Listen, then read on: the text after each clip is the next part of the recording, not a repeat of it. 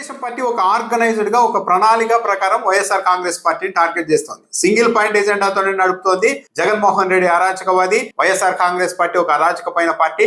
ఆ పార్టీలో అందరినీ హత్యలు చేసేస్తారు, సొంత మనుషుల్ని కూడా చంపేస్తారు అన్న ఒక వాతావరణం సృష్టించడం ద్వారా పబ్లిక్ ని భయపెట్టి తెలుగుదేశం పార్టీ కూటమి ప్రభుత్వంలో ఎన్ని అన్యాయాలు, అక్రమాలు, అవినీతి జరిగినా సరే ప్రజలు వాటన్నింటినీ పట్టించుకోకుండా వైఎస్ఆర్ కాంగ్రెస్ పార్టీ అరాచక పార్టీ, ఆ పార్టీ అధికారంలోకి వస్తే మనకి ఎవరికి రక్షణ ఉండదు అన్న భయంతో మళ్ళీ మా వైపే తెలుగుదేశం పార్టీ వైపే పబ్లిక్ ఉండేలా చేసుకోవాలి అన్న ఒక సింగిల్ పాయింట్ ఎజెండాతో తెలుగుదేశం పార్టీ రాజకీయాలు చేస్తోంది. ఎంత గమ్మత్తైన అంశం ఏంటంటే తెలుగుదేశం పార్టీ కొందరు మంత్రుల్ని, సీనియర్ నాయకుల్ని ఎంపిక చేసుకుంది ఈ పని మీదే. ప్రెస్ మీట్ పెట్టడం వల్లే వాళ్ళ శాఖల గురించి, ప్రభుత్వంలోని ప్రణాళికల గురించి, అభివృద్ధి గురించి మాట్లాడరు. జగన్మోహన్ రెడ్డి అరాచకవాది, వైఎస్ఆర్సీపీ గొడ్డలి పార్టీ, ఫ్యాన్ గుర్తు తీసేసుకుని గొడ్డలి గుర్తు పెట్టుకోండి, ఇవే తప్పించి ఇంకేమీ ఉండవు. మంత్రులు అలా ప్రెస్ మీట్ పెట్టి మాట్లాడడం.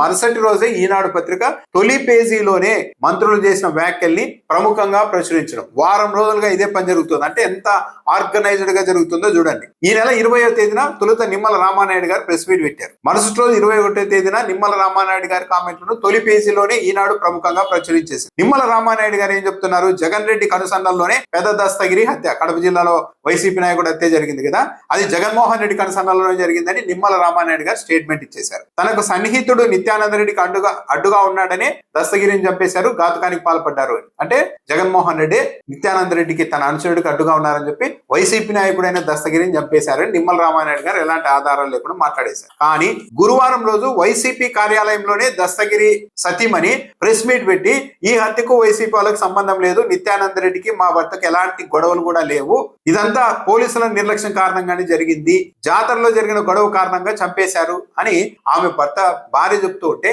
ఇప్పటికీ కూడా తెలుగుదేశం పార్టీ నాయకులు. ఇంకా విచిత్రం ఏంటంటే చంద్రబాబు నాయుడు గారు కూడా నిన్న ముఖ్యమంత్రి హోదాలో కూడా దస్తగిరిని వైసీపీ పెద్దలే చంపించేశారని మాట్లాడుతూ ఉన్నారు. అది ఇక 22వ తేదీన అంటే 21వ తేదీన మంత్రి పార్థసారథి గారు ప్రెస్ మీట్ పెడితే 22వ తేదీన ఈనాడు పత్రిక తొలి పేజీలోనే పార్థసారథి గారి వ్యాఖ్యల్ని ప్రముఖంగా ప్రచురించింది. పార్థసారథి గారు ఏం చెప్తున్నారు? సేమ్ అదే. రాత్రి హత్యలు, తెల్లారాగా శవాల దగ్గర మొసలి కన్నీళ్లు, హత్య రాజకీయాలకు అడ్డాగా జగన్ పార్టీ. మళ్ళీ దస్తగిరి హత్య గురించి ప్రస్తావిస్తూ రాత్రులు హత్య చేస్తున్నారు, పగులు వెళ్ళి పరామర్శిస్తున్నారు అని ఆయన మాట్లాడారు. ఈనాడు పత్రికలో తొలి పేజీలో ప్రచురించారు. ఇక 22వ తేదీన మంత్రి సవిత గారు వచ్చారు. ఇక సవిత గారి గురించి ప్రత్యేకంగా చెప్పాలి. ఆమె చాలా తీవ్రమైన ఆరోపణలు చేస్తూ ఉంటారు. అసలు ఏమీ లేకపోయినా సరే జరిగిపోయిందని నిర్ధారించి మరి స్టేట్మెంట్ ఇస్తూ ఉంటారు. మంత్రి సవిత గారు 22వ తేదీన ప్రెస్ మీట్ పెట్టి జగన్ రెడ్డి రక్తదాహానికి మరో బీసీ బిడ్డ బలి, నమ్మిన వారిని బలి తీసుకోవడం ఆయన నైజం అని జగన్మోహన్ రెడ్డి దస్తగిరిని చంపేశారని నేరుగా ఆమె స్టేట్మెంట్ ఇవ్వడంతో పాటు ఆమె ఇంకేం చెప్పారో తెలుసా? ప్రెస్ మీట్ లో జగన్ రెడ్డి ఏ అరాచకం చేయమంటే నా భర్త అది చేశాడు, దానికి ప్రతిఫలంగా చివరకు అతడి శవాన్నే బహుమతిగా పంపారు నీచులు, మీకోసం ఊడిగం చేస్తే మీరు మాకిచ్చే బహుమతి శవాల జగన్ రెడ్డి అని పెద్ద దస్తగిరి సతీమణి రమణమ్మ కన్నీరు మున్నీరుగా విలపిస్తుంటే కడుపు తరుక్కుపోతోంది అని మంత్రి సవిత గారు అనడం ఆ మరుసటి రోజు ఈనాడు పత్రిక తొలి పేజీలోనే ప్రముఖంగా ప్రచురించడం జరిగింది. ఆమె దస్తగిరి భార్య జగన్మోహన్ రెడ్డి వాళ్ళ అనుచరులు వైసీపీ నాయకులే హత్య చేసేశారని బోర్న విలిపిస్తుంటే కడుపు తరుక్కుపోయిందని మాట్లాడారు. కానీ గురువారం ఆమె వైసీపీ కార్యాలయంలోనే ప్రెస్ మీట్ పెట్టి నా భర్త హత్యకు వైసీపీ వాళ్ళకి సంబంధం లేదు, ఇది పోలీసుల నిర్లక్ష్యంగా కారణంగానే జరిగింది అని ఆమె చెప్తూ ఉంటే సవితా గారు మాత్రం అంతకు ముందు రోజే డైరెక్ట్ గా స్టేట్మెంట్ ఇచ్చేశారు. ఆమె విలపిస్తూ జగన్మోహన్ రెడ్డి ఇదంతా చేయించారని చెప్పారని. ఎక్కడా లేదు. అంటే ఎంత అవాస్తవాన్ని కూడా ఒక వాస్తవంగా మంత్రులు మాట్లాడేయడం, మంత్రులు మాట్లాడారని చెప్పి ఈనాడు పత్రిక తొలి పేజీలోనే ఒక అవాస్తవాన్ని క్యారీ చేస్తూ రావడం అనేది వారం రోజులుగా ఒక ప్లాన్డ్ గా జరుగుతుంది. ఇక నిన్న మరో మంత్రి సంధ్యారాణి గారు ప్రెస్ మీట్ పెట్టారు. ఆమె సేమ్ ఈ రోజు మళ్ళీ ఈనాడులో తొలి పేజీలోనే సంధ్యారాణి గారి వార్త కూడా మళ్ళీ ప్రచురించేసింది ఈనాడు పత్రిక. మంత్రి సంధ్యారాణి గారు ఏమంటున్నారు? సుబ్రహ్మణ్యం హత్య కేసులో సాక్షుల్ని చంపాలని చూస్తున్నారు, అనంతబాబు నేరాన్ని ప్రోత్సహించింది జగన్ రెడ్డి, దస్తగిరి హత్యలోనూ వైకాపా పెద్ద తలకాయల పాత్ర.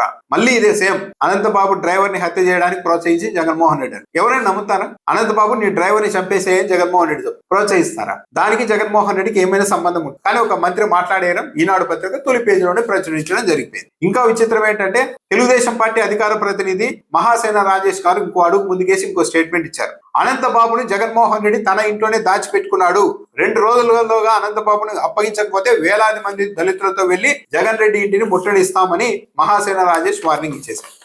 ఇది ఇంతకంటే అన్యాయం ఉంటుందా? అనంతబాబు హైకోర్టుకు వెళ్లారు. ఇప్పుడు ఆయన ఎక్కడున్నాడో తెలియదు. మహాసేన రాజేష్ గారు ఏకంగా జగన్మోహన్ రెడ్డి తన ఇంట్లోనే దాచిపెట్టుకున్నాడని చెప్తున్నారు. ఇదే నిజమైతే ఇంతకంటే తెలుగుదేశం పార్టీకి అవకాశం మరొకటి ఉంటుందా?